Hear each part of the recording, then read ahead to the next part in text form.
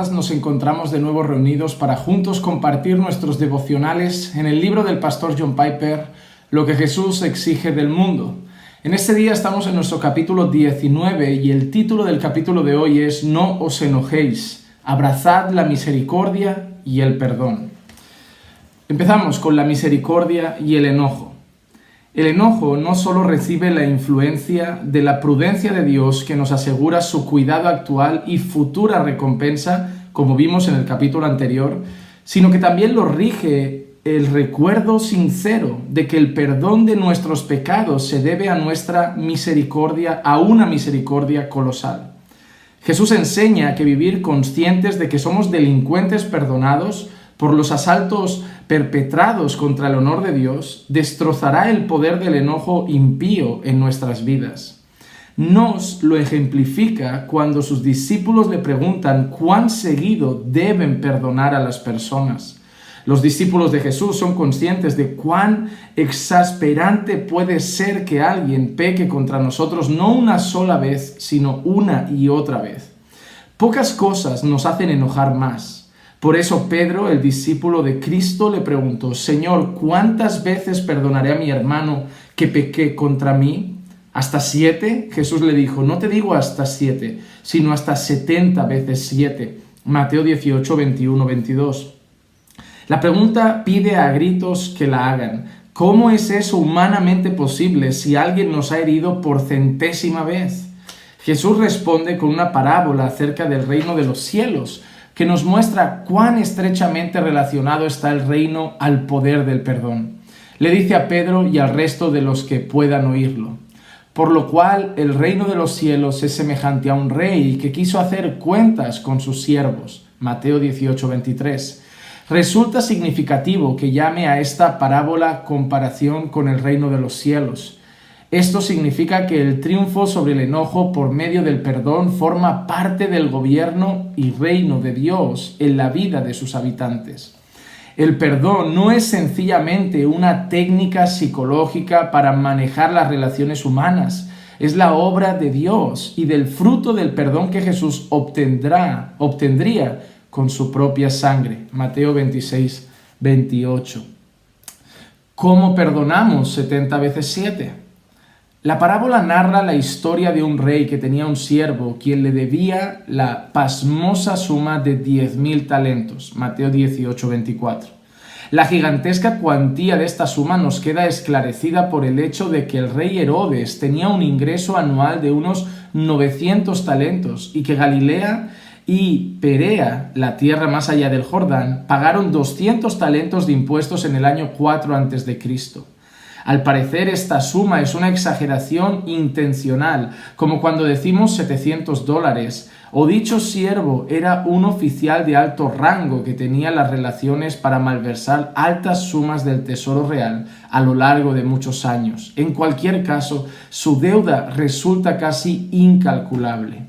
El rey lo amenazó con venderlo a él y a su familia, pero aquel siervo, postrado, le suplicaba diciendo: Señor, ten paciencia conmigo y yo te lo pagaré todo. Cosa imposible, al parecer, en vista de la suma. El señor de aquel siervo, movido a misericordia, le soltó y le perdonó la deuda. Mateo 18, 26, 27. Este perdón resulta tan espectacular como el monto de la deuda. Esa es la cuestión. Jesús quiere que nos percatemos de que el pecado es una deuda incalculable con Dios. Nunca podríamos pagarla, nunca podremos saldar la cuenta con Dios. Ninguna cantidad de penitencias ni buenas obras puede pagar la deuda de deshonor que hemos acumulado contra Él a cuenta de nuestros pecados. Pero este siervo no tomó el perdón tal como era, asombroso, inmerecido, humillante, generador de misericordia. Jesús no nos informa de ninguna palabra de gratitud ni de asombro por parte de este siervo. Increíble. Sencillamente cuenta el incomprensible suceso que le sigue a esta escena. Pero saliendo aquel siervo halló a uno de sus consiervos que le debía 100 denarios. Un denario era un día de trabajo para un obrero. Y haciendo de él, le ahogaba diciendo: págame lo que me debes. Entonces su consiervo, postrándose a sus pies, le rogaba diciendo: ten paciencia conmigo y yo te lo pagaré todo. Mas él no quiso, sino que fue y lo echó a la cárcel hasta que pagase la deuda. Mateo 18, 28 al 30. En otras palabras, el que este hombre experimentara perdón de parte del rey no hizo mella en su enojo, asió y ahogó a su consiervo. Esto llegó a oídos del rey y con toda razón se enojó. Mateo 18:34 le dijo: siervo malvado, toda aquella deuda te perdoné porque me rogaste. ¿No debías tú también tener misericordia de tu consiervo como yo tuve misericordia de ti? Entonces su señor, enojado, le entregó a los verdugos hasta que pagase todo lo que le debía. Mateo 18:32 al 35. La conclusión de la parábola va directo al fondo de la cuestión del enojo y el perdón. Jesús dice: así también mi Padre Celestial hará con vosotros si no perdonáis de todo corazón cada uno a su hermano sus ofensas. Mateo 18:35. El tema de esta parábola es que Dios no tiene obligación de salvar a la persona que clama ser un discípulo. Si el supuesto discípulo no ha recibido el don del perdón tal como es, infinitamente precioso, asombroso, inmerecido, humillante y generador de misericordia. Si aseveramos que Jesús nos perdonó, pero en nuestros corazones no hay perdón para con los demás, el perdón de Dios estará ausente. Mateo 6, 14 y 15 o Marcos 11, 25. Recuerde que esa parábola se dijo a Pedro para ayudarlo a lidiar con la exigencia de Jesús de perdonar 70 veces 7. Mateo 18, 22. Es decir, se dijo para ayudarnos a lidiar con el enojo que de manera natural se desata en nuestros corazones cuando alguien nos hiere por centésima vez. La solución, dice Jesús, es ser sobrecogedora e increíblemente conscientes de que nos han condonado una deuda más cuantiosa que la suma de todos los males que nos han hecho. O para decirlo de otra manera, debemos vivir asombrados y conscientes de que el enojo de Dios para con nosotros ha sido quitado, aunque hemos pecado contra Él mucho más de 70 veces 7. El efecto de ser conscientes es un gozo desconsolado, contristo y tierno. Y dicho gozo desconsolado rige nuestro enojo. El único enojo positivo es aquel que se suscita en el corazón humilde. Saca primero la viga de tu ojo. Otra enseñanza de Jesús confirma cómo Él estructura la misericordia como una manera de gobernar nuestro enojo. Una de las formas en que se expresa es juzgando a otros. Jesús nos dejó una exigencia al respecto. No juzguéis para que no seáis juzgados, porque con el juicio con que juzgáis seréis juzgados, y con la medida con que medís os será medido. ¿Y por qué miras la paja que está en el ojo de tu hermano y no echas de ver la viga que está en tu propio ojo? ¿O cómo dirás a tu hermano: déjame sacar la paja de tu ojo y aquí la viga en el tuyo? Hipócrita, saca primero la viga de tu propio ojo y entonces verás bien para sacar la paja del ojo de tu hermano. Mateo 7, del 1 al 5. El mandamiento de no juzgar suena tan absoluto como el mandamiento de no enojarnos. No juzguéis para que no seáis juzgados. Pero lo que sigue al mandamiento nos muestra que existe una clase de juicio que es negativo y otra clase de juicio que es necesario y positivo, justo como hay enojo positivo y otro negativo.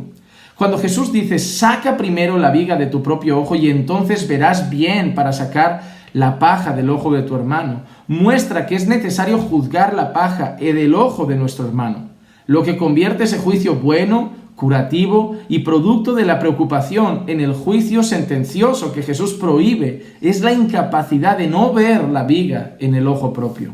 Sucede igual que con el siervo implacable que no fue capaz de percatarse de la gran deuda que le había sido perdonada, 10,000 talentos, para que él, gustoso, pudiera perdonar la pequeña deuda de su hermano, 100 denarios. Jesús asume que cuando vemos la viga de nuestro ojo sabemos cómo quitarla, es decir, sabemos cómo encontrar el perdón y la ayuda de Jesús. De otra manera, el delicado proceso de quitar la paja del ojo de nuestro hermano no sería posible.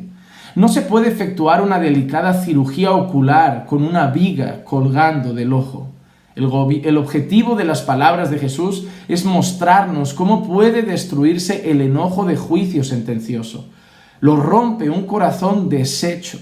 Vivimos conscientes de nuestra gran capacidad para pecar y conscientes de que solo la misericordia de Jesús puede sacar la viga de nuestro ojo con perdón y curación. El que seamos conscientes torna el juicio, producto del enojo, en tolerancia paciente y tierna y en reformación delicada. El enojo justificado puede no desaparecer porque nos disgusta que las pajas plaguen los ojos de nuestros seres queridos, pero este no es enojo de juicio sentencioso. Al enojo positivo lo rige la experiencia de la misericordia. Servidumbre y enojo.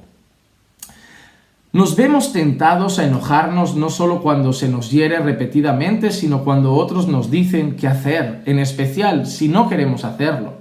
Dicho enojo está por lo general enraizado en la clase de orgullo que no siente ningún deber ni gozo en la servidumbre. Sin embargo, todo lo que Jesús nos enseña acerca de servir a otros nos conduce a vivir la servidumbre de otra manera. Algo que resulta esencial para ser discípulo de Jesús es la voluntad de abrazar la abnegación y llevar la cruz. Si alguno quiere venir en pos de mí, niéguese a sí mismo y tome su cruz y sígame. Mateo 16:24.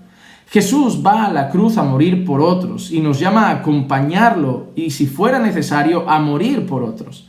Esta disposición a sufrir como parte del proceso de seguirle engendra un espíritu de servidumbre que nos siente enojo cuando se imponen las exigencias. Jesús hizo uso de una frase increíble para expresarlo: siervo de todos. Dijo: y el que de vosotros quiera ser el primero será siervo de todos, porque el Hijo del Hombre no vino para ser servido, sino para servir y para dar su vida en rescate por muchos. Marcos 10, 44 y 45. Jesús no quiere indicar que el seguirlo termina en una relación de rabia, sin gozo. Estas cosas os he hablado para que mi gozo esté en vosotros y vuestro gozo sea cumplido. Juan 15:11. Martín Lutero encerró el gozoso espíritu de la esclavitud cristiana cuando en 1520 dijo: un hombre cristiano es el más libre de todos los hombres y no está sujeto a nada. Un hombre cristiano es el siervo más consciente de sus deberes y está sujeto a cada uno de ellos. No somos dueños de nosotros mismos, pertenecemos a Jesús. Lo que Él nos pide que hagamos, lo hacemos. O le oiremos decir: ¿por qué me llamáis Señor, Señor, y no hacéis lo que yo digo? Lucas 6:46. Esta experiencia de sumisión transforma los sentimientos de enojo. Como siervos de todos, los sentimientos que despertaría el que nos requieran que hagamos cosas que no teníamos en mente hacer no serían los mismos si fuéramos señores de todo. Por el propio Jesús, el esclavo se goza en servir al bien de otros. Dice con su amo: mi comida es que haga la voluntad del que me envió y que acabe su obra. Juan 4:34. Fuimos enviados expresamente a servir. Al enojo positivo lo determina la conformidad que da Jesús para servir a otros, incluso a aquellos que no lo merecen. ¿Qué clase de enojo prohíbe Jesús? Retomamos la prohibición de Jesús acerca del enojo. Oísteis que fue dicho a los antiguos: no matarás, y cualquiera que matare será culpable de juicio. Pero yo os digo que cualquiera que se enoje contra su hermano será culpable de juicio. Mateo 5, 21-22. En vista de todo lo que hemos analizado, me gustaría aclarar en este momento que el enojo que Jesús prohíbe es aquel que lleva al asesinato. En otras palabras, está recalcando el mandamiento de no matar. Nos señala que no solo el hecho de matar merece condenación, sino también el sentimiento que lo impulsa. Es decir, Él no prohíbe todo tipo de enojo, sino el que conduce a matar. Este enfoque de su prohibición se confirma mediante los dos ejemplos que da a continuación. Cualquiera que diga necio a su hermano será culpable ante el concilio, y cualquiera que le diga fatuo quedará expuesto al infierno de fuego. Mateo 5:22. En ambos casos se hace referencia a acciones externas, no solo al enojo interior. Es por eso que revelan la clase de enojo al que se refiere Jesús. En su mente, cuando Él condena el enojo, este es un profundo sentimiento de desagrado que incluye el desdén y la hostilidad, los cuales buscan su expresión en el asesinato o en apodos peyorativos. Todo ese odio es el que Él prohíbe. Mas no asumo por esto que Jesús condena todo enojo, en especial el suyo propio. Marcos 3:5. El resto de sus enseñanzas nos guían en el discernimiento de si nuestro enojo está justificado especialmente las enseñanzas que hemos analizado bajo los encabezamientos de amor, proporción, prudencia, misericordia y servidumbre. La vida es la fuente para apaciguar la fuerza del enojo. No obstante, la exigencia de no enojarnos resulta radical y devastadora. Nos coloca frente a frente con la imposibilidad de salvarnos nosotros mismos. La exigencia de Jesús no es algo que se encuentra en nuestras manos. Enojarnos no es una decisión que tomamos, es uno de los frutos que se encuentran en los pámpanos de nuestra vida. Las preguntas son las siguientes: ¿a qué vid pertenecemos? ¿De quién es el fruto que llevaremos? La exigencia de Jesús de que no nos enojemos es, por lo tanto, también una exigencia de que permanezcamos en Él como nuestra vid. El que permanece en mí y yo en Él, éste lleva mucho fruto, porque separados de mí, nada podéis hacer. Juan 15. Hermanos, es importante, así como el otro día hablábamos del enojo, el punto que trata John Piper en este texto, y yo me quiero centrar en uno de ellos para irnos con este pequeño recordatorio. Muchas veces nos enojamos cuando personas nos ofenden o hacen cosas contra nosotros y tenemos tendencia a guardar rencor, a irarnos o incluso a separarnos de esas personas de por vida y crear un muro entre ellos y nosotros que ya nadie más podrá superar jamás porque nos ofendieron en gran manera. Y más cuando se trata de personas que nos han ofendido intencionalmente y de manera repetitiva.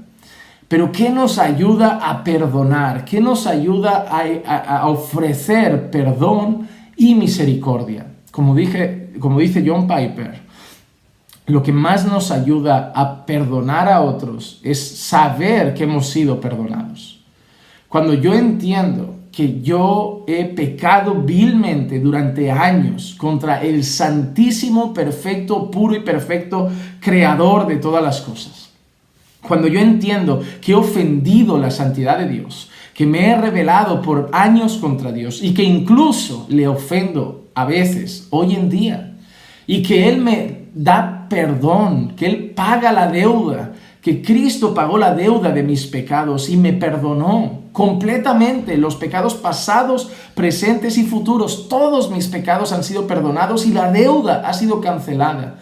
Cuando yo veo esa misericordia que he recibido, esa gracia que he recibido, ese perdón que he recibido, esa bondad que he recibido, cualquier cosa que a mí me hacen es diminuta, insignificante en relación a lo que yo le he hecho a Dios. Entonces, cuando yo entiendo todo el perdón que he recibido, entonces es fácil que de mí nazca perdonar las ofensas de otros.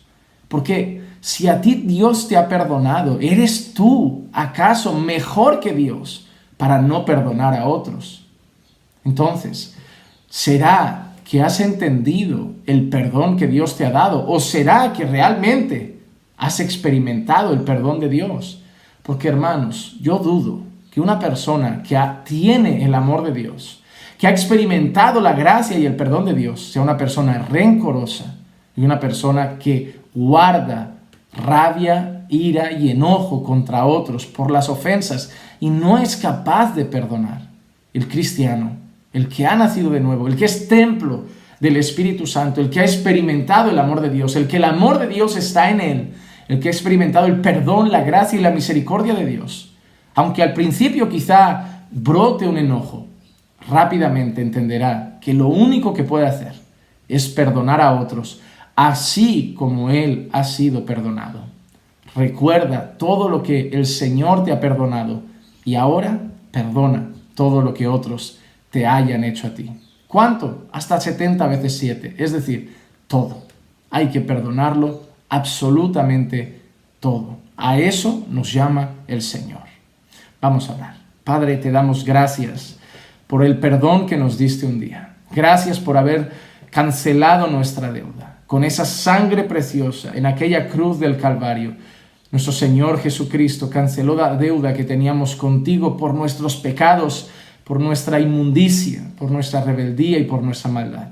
Gracias por haber perdonado todos nuestros pecados en Cristo, por haber derramado tu misericordia y gracia sobre nosotros. Ayúdanos a contemplar, Señor, esa misericordia y ese perdón y a humillarnos entonces así perdonar a otros.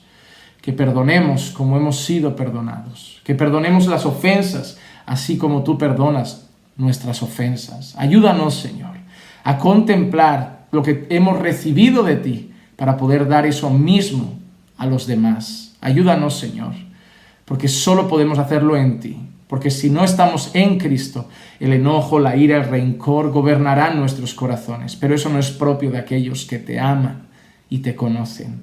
Así que, Padre, déjanos contemplar, ser conscientes y tener convicción del perdón recibido para ofrecer perdón a los demás también.